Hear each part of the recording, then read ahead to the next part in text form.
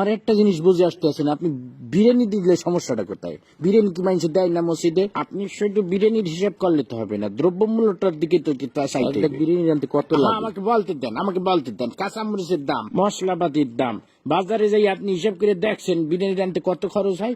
আপনি খালি বিরিয়ানি হরতে আছে বিরিয়ানি রানতে বর্তমানে যে খরচ হবে ওইটা দিয়ে ঢলঢলা খিচুড়ি আপনি 50 জন মানুষ এক পুরো গ্রাম ধরে আপনি খাওয়াই দিতে পারবেন। বুঝলাম না, প্রতি বছর ইফতারির সময় আপনার এত হিসাব করবোই তো, সমস্যাটা কি আপনার? আপনি খালি খাওয়ার হিসাবটাই বুঝলেন, আপনি দ্রব্যমূল্য হিসাবটা বুঝবেন না। আপনি কি মনে হচ্ছেন আমি কি বহুত টাকার মালিক হয়ে গেছি? হ্যাঁ, এখন যত কামাই তত খরচ। এই যে আপনার মসজিদে প্রতি মাসে ইমাম সাহেবের বেতন না দিলে ইমাম সাহেব চলবে কেন? আমার কথা বলতে দেন। আবার এই যে রমজান মাস আইছে, তারাবি পড়াবে, হাদিয়া দিতে হইবে না? আমার খরচ কি কম?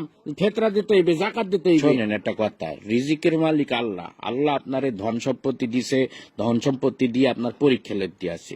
এই টাকা পয়সা যখন তখন আল্লাহ লইয়ে যেতে পারে। আপনি এই টাকা পয়সা আপনার জানের সৎকা করবেন, ফেতরা দেবেন। মুসলমান হিসেবে এটা আমাদের সকলের দায়িত্ব। সবাই বয়ান করে বোঝানো যায় না, বুঝছো? যে গেটি তুই কোরআন বুঝাইতে চাইলেও বুঝবে না। একটা কথা সবসময় মনে রাখবি, যে মানুষটা জায়গা রয়েছে তাকে কিন্তু ঘুমেতে উঠানো যায় না। এই যে আমি বিরিয়ানি দিতে পারবো না, আমি ডলডলা খেচেটি দেবো, বিরিয়ানি দিলে আমার সমস্যা, এই যে এত সময় ধরে বুঝাইতে আসো, একটা কথা তোর কানে গেছে? ও শুরুতেই বসতে আছে যে আমি ডলডলা খেচেটি দেবো, আমি বিরিয়ানি কতক্ষণ ধরে বুঝাবো আমি? এই টাকা শোন, আমি গত বছর আমি পুরা গ্রাম বইটা আমি বিরিয়ানি খাওয়াইছি না, পুরা গ্রাম কোনো ঝামেলা হয়েছে। আমি শুধু আমাদের মসজিদ না, আমি ভাগ করে দিছি।